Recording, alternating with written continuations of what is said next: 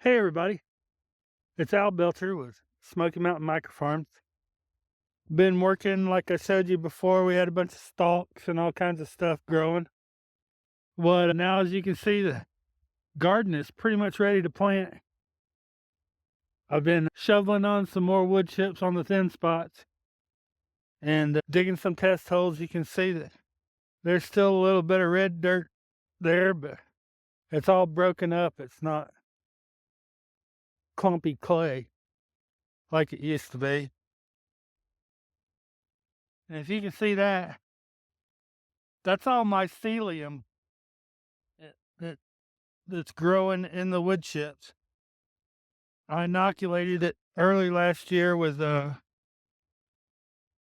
wine cap mushroom spawn.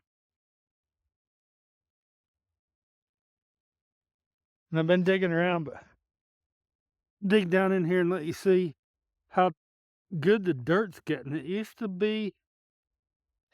just be red clay, hard as a rock. And now, I mean, just with your hand, you can dig down in there. It rained yesterday and the night before last pretty good, so it's kind of wet, but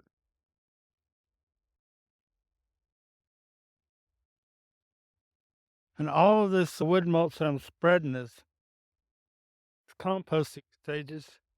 I mean, I'm pretty sure I could grow stuff in that. But you can really see my ugly beard, sorry. You can really see the mycelium growth in there. I hope the camera is showing all that good white mycelium from where I inoculated it with wine cap rust mushroom. The dirt underneath isn't red anymore. It's nice, good, dark composted soil. And got a bunch of stuff sprouted out in there. I showed you some seeding. I'm ongoing seedings. I've already got a few hundred little baby plants growing in there. Got a few hundred more that I'm going to start over the next couple weeks. Started 72 Cherokee purple tomatoes. There's 72 Genovese basil plants that are going to be growing with each other. Started 72 flowers, companion flowers.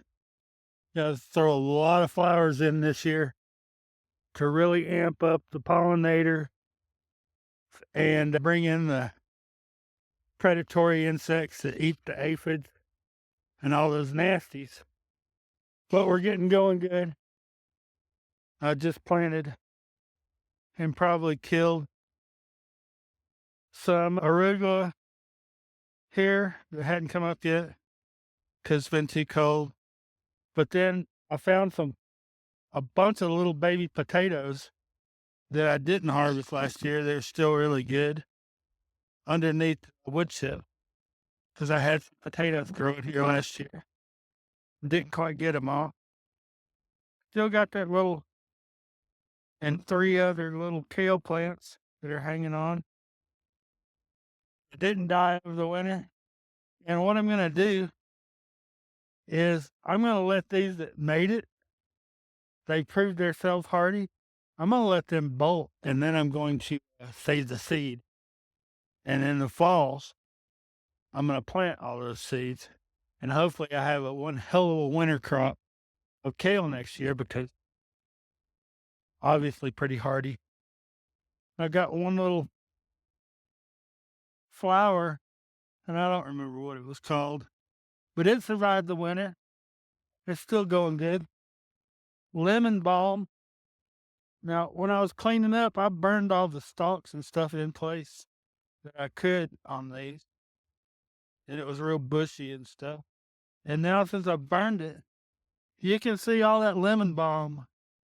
Buddy, this stuff is hard to kill if you just let it grow in your yard or whatever, it can take over. But you can see that there's several places where I planted it last year. And it was really good. It had lemon balm all year.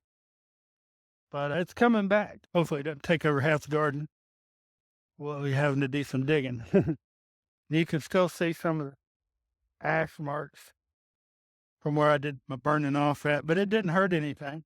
if anything, create a biochar, the bacteria and stuff will cling to. It'll help improve the soil over time. But that's all we got on 6th of March.